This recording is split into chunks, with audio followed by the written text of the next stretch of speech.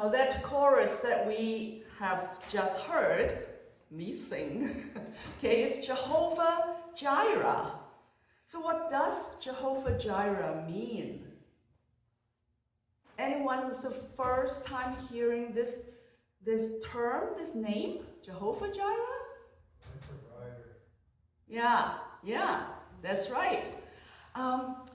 It literally means that the Lord will see to it. So a lot of times we know that it means the Lord is our provider, or the Lord will provide, right? Just as Scott had said.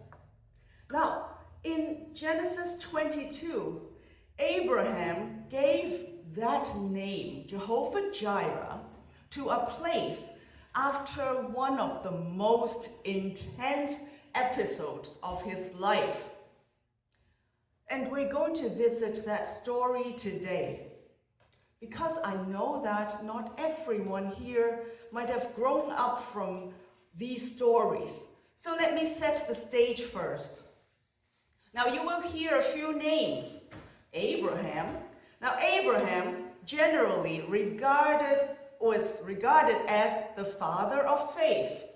And then there's Isaac, his only son. And Isaac is a miracle child that God promised Abraham and Sarah after they had already passed the age of having kids. And at this point in the story that we're going to read, Abraham was no longer a young or a younger man, but rather an elderly figure, probably around 115 to 120 years old, as he was 100 years old when Isaac was born. And by that time, Isaac is old enough in this story that we're going to read to carry on his shoulders some very heavy firewood up a mountain. And he was old enough and smart enough to ask some very observant questions. So it's at this point that we're going to read this episode in Abraham's life. And we're also going to hear the mention of something called a burnt offering. Now don't get alarmed. It's not a barbecue go wrong, as you might have heard this joke before. Actually, the story will unfold and it will have a happy ending. And I will explain what that is and eventually what that means as we walk along the story. So let's start. Genesis chapter 22, and I will read from the NIV today, and I will read from 1 to 18. Sometime later, God tested Abraham and said to him, Abraham. So it was a test, according to the Bible. It was a test, it was a trial. And Abraham answered, Here I am. And then God said, Take your son, your only son Isaac, whom you love, and go to the land of Moriah. Offer him there as a burnt offering on one of the mountains, which I will show you. So Abraham got up early the next morning, saddled his donkey, and took along 2 of his servants and his son Isaac. He split the wood for a burnt offering, chopped the wood up, and set out for the place God had designated. On the 3rd day, Abraham looked up and saw the place in the distance.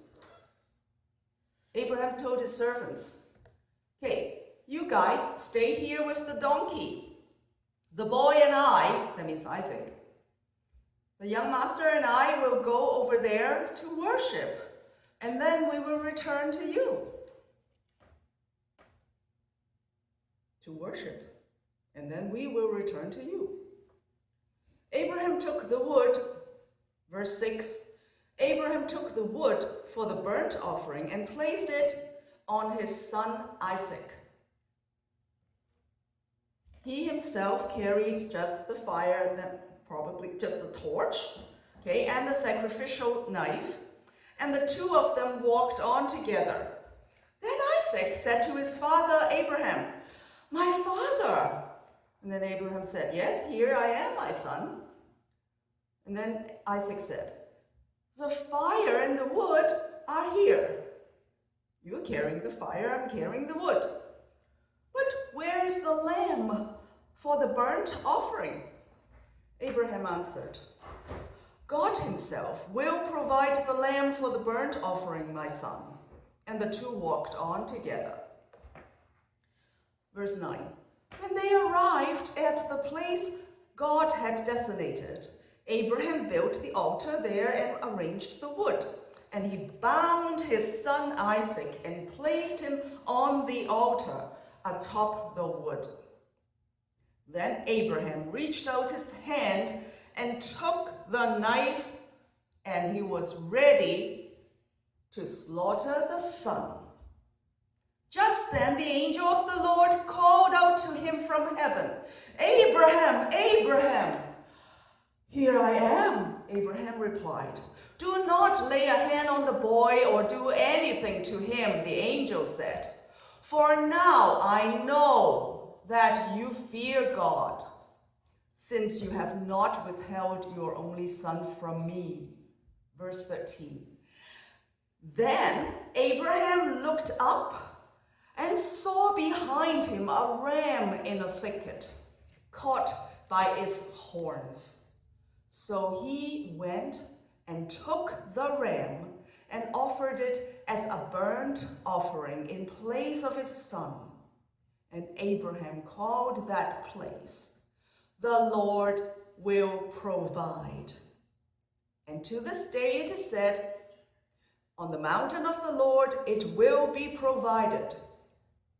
And the angel of the Lord called out to Abraham from heaven a second time, verse 16, saying, "By myself I have sworn, declares the Lord, that because you have done this and have not withheld your only son, I will surely bless you, and I will multiply your descendants like the stars in the sky and the sand on the seashore, and your descendants will possess the gates of their enemies, and through your offspring," verse 18, "and through your offspring or seed, all nations of the earth will be blessed because you have obeyed my voice."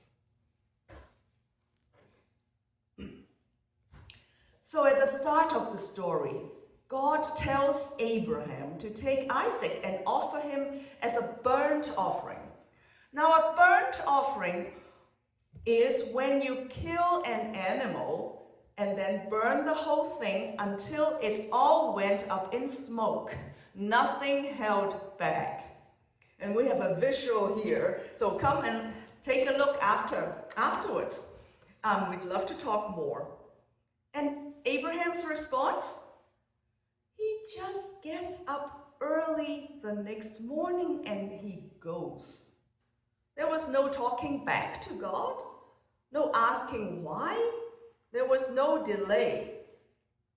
Now, some of us might be asking and thinking, "Oh, hang on. I have some questions." First, does this mean that God approves of human sacrifice? That God is cruel? Secondly, why does God need to test Abraham if he already knows everything? And third, Abraham doesn't show any emotion here. Isn't that cold for him? Isn't that shows that Christians all have blind faith? You might have been asked these questions. Let's walk through that one by one. First, does God enjoy human sacrifice? Does he enjoy cruelty? No, because from the story, and we know that Isaac is never harmed. Just like you might see in disclaimers nowadays. No animals were harmed in the filming of this documentary or something. Isaac is never harmed. Now, at the last moment, God stops Abraham and provides a ram instead for the burnt offering. Both father and son get that first-hand experience of who and what their God is like. Their God is all-knowing, compassionate, and provides everything that they need. And secondly, why does God say, "Now I know"? Right? We read in verse 12, "Now I know." Why would God say, "Now I know"? Doesn't he already know? Now, commentators and pastors and preachers and teachers all agree on this.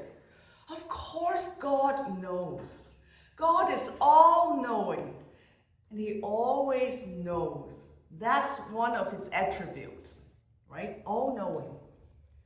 He knew what was in Abraham's heart, even before Abraham lifted the knife. But now I know. Is God using our language, Abraham's language, human language? Like, now it's out in the open. Everybody can see it. God already knew, but Abraham himself needed to know that he had faith to obey. And we need to know. And the world needs to see that faith being made known as well. And thirdly, does that show that Abraham was cold and unemotional? Now, I'm not going to give a big and long answer.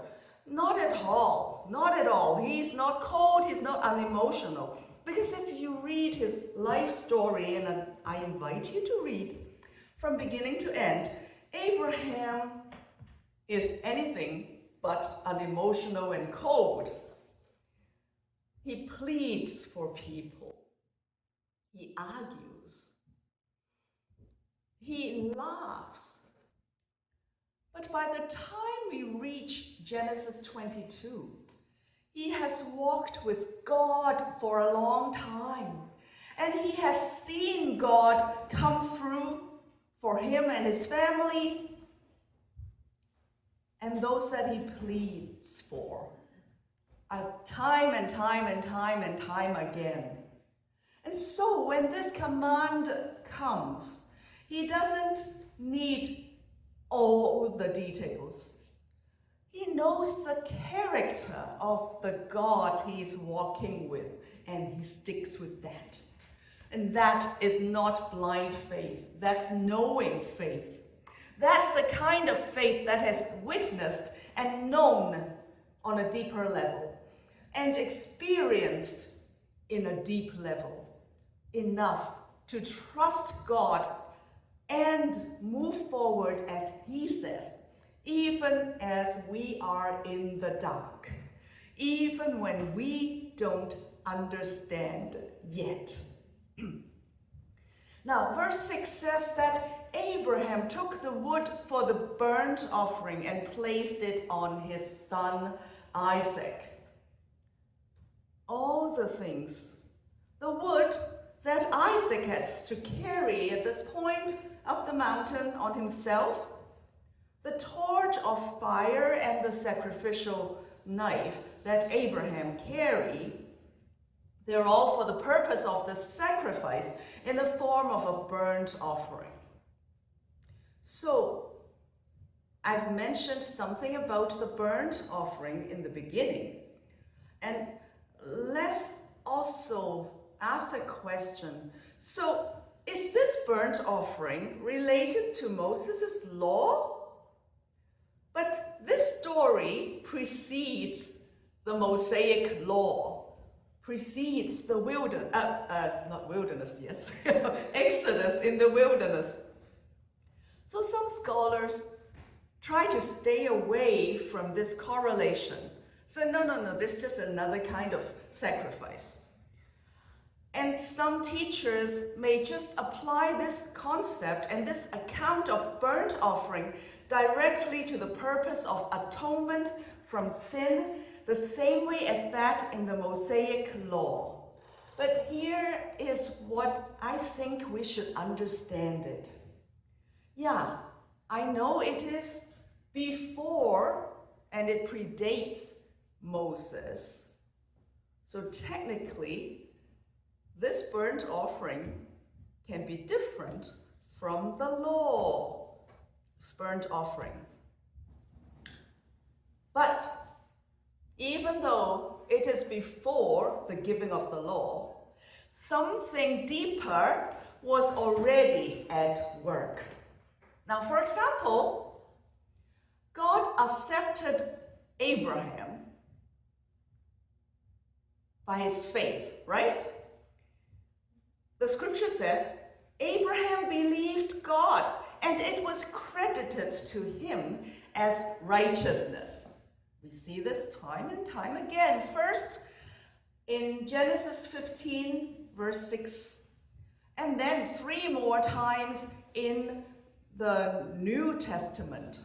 In Romans 4:3, in Galatians 3:6, and also by the Apostle James, James 2:23. And yet, at the same time, God also asked Abraham to be circumcised and his children's children. Circumcision as a sign of that covenant. And to show that they were a people that were separated for God, set apart for God. So in the same way, the burnt offering in Abraham's story in Genesis 22 is also ordained by God as a picture to show something greater. Because even though the blood of bulls and goats would never truly take away any sin, the whole animal sacrifice consumed in fire as in a burnt offering symbolizes total surrender. This whole act of Abraham's obedience of faith is meeting with God's own provision in this story. And that pattern became the basis of the burnt offering in Moses' law as a continual reminder to them and everyone in the world that Christ Jesus himself is the sinless Lamb, and he became the sacrificial lamb that takes away the sins of the world. And we see it as John the Baptist proclaimed. Now here's the bigger picture. Because no other life, whether it's Isaac's life, even he was killed, no other life could ever solve the problem of sin, right? God had to provide the sacrifice himself. And that's why Jesus, the Son of God, the last Adam, he was the one who carried the wood on himself. He carried the wooden cross. He was not spared, and he became the once and for all sacrifice so that we could be reconciled to God. Jehovah Jireh. He will see to it. He provides. And he didn't just provide a ram, but the lamb, the ultimate provision of sin, for sin. Now the last verse 18. The angel said to Abraham, "In your seed all nations of the earth shall be blessed." Not seeds as in plural, but seed singular. Peter reminds us of this in Acts 3:25. And then Paul reminds us again in Galatians 3:16. That seed is Christ, specified. Through him, all who believe will become the children of Abraham by faith. From Abraham to Moses, to Christ, to final glory. The story is clear. God ordains, God provides, and God gives. Nonetheless, Abraham and Isaac still answer to the call to make the sacrifice. See that? Now, in verse 12, the angel said already, okay, do not lay a hand on the boy or do anything to him. For now I know that you fear God, since you have not withheld your only son from me. Now at this point, if we were in the story, if we were Abraham, if we were Isaac, probably we would be so relieved. Woo! Yay, let's go home. Let's go back down the mountain. And we might have forgotten entirely why we came up to the mountain in the first place. But verse 13, the following verse, gives us something really valuable. Then Abraham looks up and he sees a ram stuck in the thicket for the sacrifice instead. So it shows us what? What does it show us? That Abraham doesn't deviate from his God-given purpose. He sticks to his mission. And that's why at that point he can still look up. He can still be looking for the sacrifice that he needs to complete his purpose of why God called him up the mountain in the first place. Similarly, in our lives, we are thrown many curves, sometimes detours, right? And sometimes interruptions, total change of plans. But let's be like Abraham, who keeps his eyes on God and what God has called him on this special journey. And let's likewise, by faith, carry our cross like Isaac does. The wood, the cross that we are carrying, Jesus asks all who follow him, who want to follow him, to carry their own cross. Because carrying this cross does remind us that we still have the residue of sin.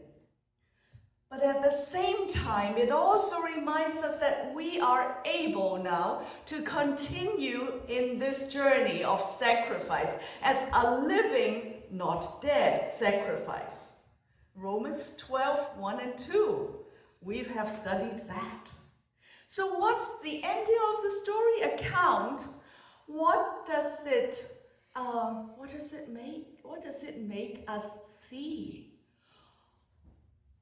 This sacrifice to God, this journey needs to be completed. Abraham sees it. Abraham sees it and he walks it. He walks this journey because of faith and into his obedience of faith. And that's why he sees that Jesus is the sacrificial lamb, we might say. That Abraham in the story, likewise, sees that Jehovah Jireh God is the one. He is the Lord who provides for me.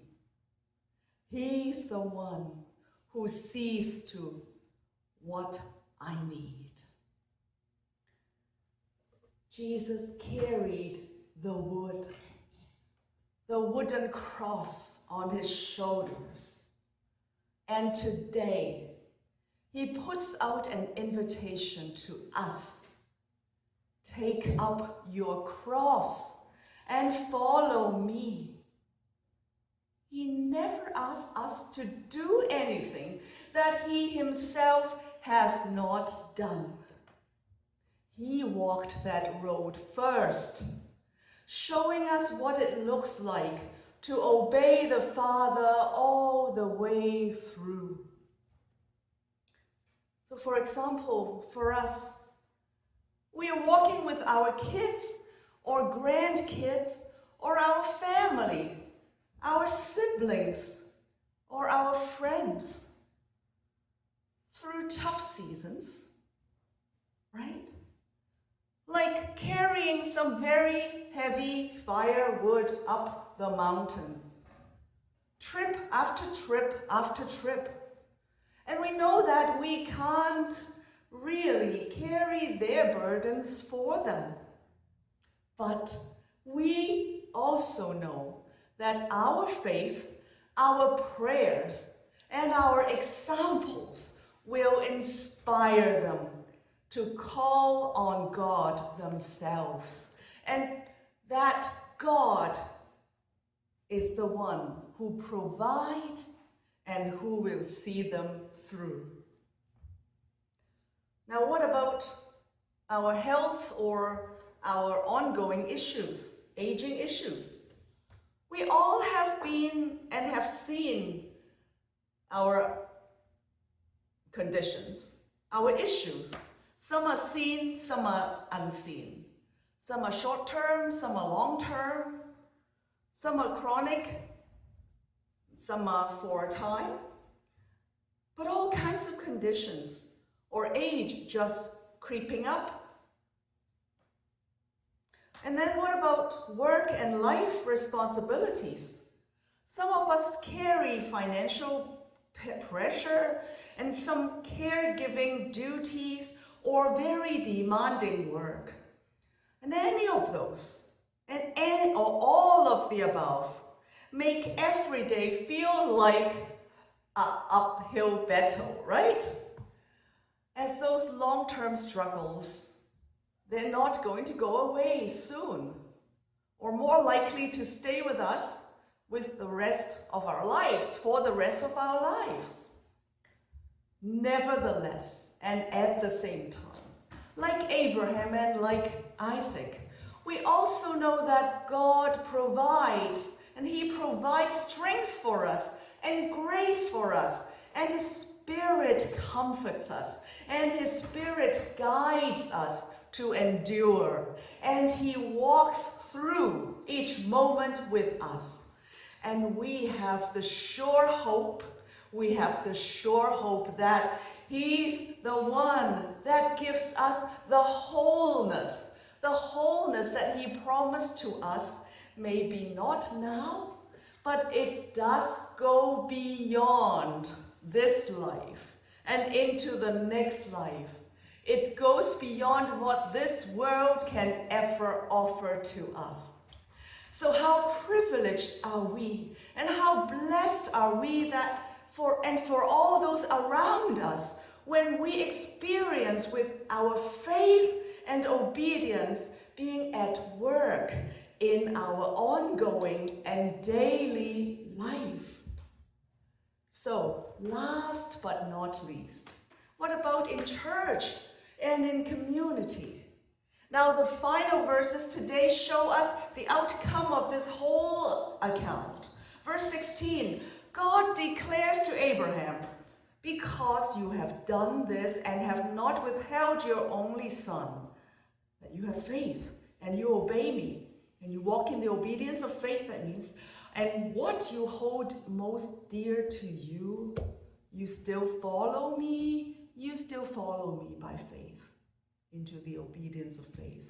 I will surely bless you and make your descendants as numerous as the stars in the sky and as the sand on the seashore. Your descendants will take possession of the cities of their enemies, and through your offspring, all nations on earth will be blessed because you have obeyed me. We're all on this journey up the mountain together because of one person's faith. Or we now become the children of faith through Abraham's faith. And we become the children of God because of one person's sacrifice. Each one carries a burden, yes, each one of us now. But the most valuable part is that God's provision for this church shines through in this community, reminding us that it is our strength that we trust. It is our strength that we do not trust, but it is God's strength that we look for and that we receive. So, what's our wood today that we carry? What weight are we carrying up the mountain? And how might we trust God to provide not just a temporary fix, but his ultimate provision through Jesus Christ? Just like Abraham, let us have faith in God. Let us continue to walk into the obedience of faith to trust God. And because of that, like Isaac, who carries the wood up the mountain, let us carry our crosses daily to follow Jesus. And Jesus is the beginning and the perfecter of our faith. Let us not forget that. And step by step by step, by faith and obedience, we keep walking, trusting that God provides grace, not just resources, grace that extends to the entire world and humanity and creation, just as the outcome of this story today.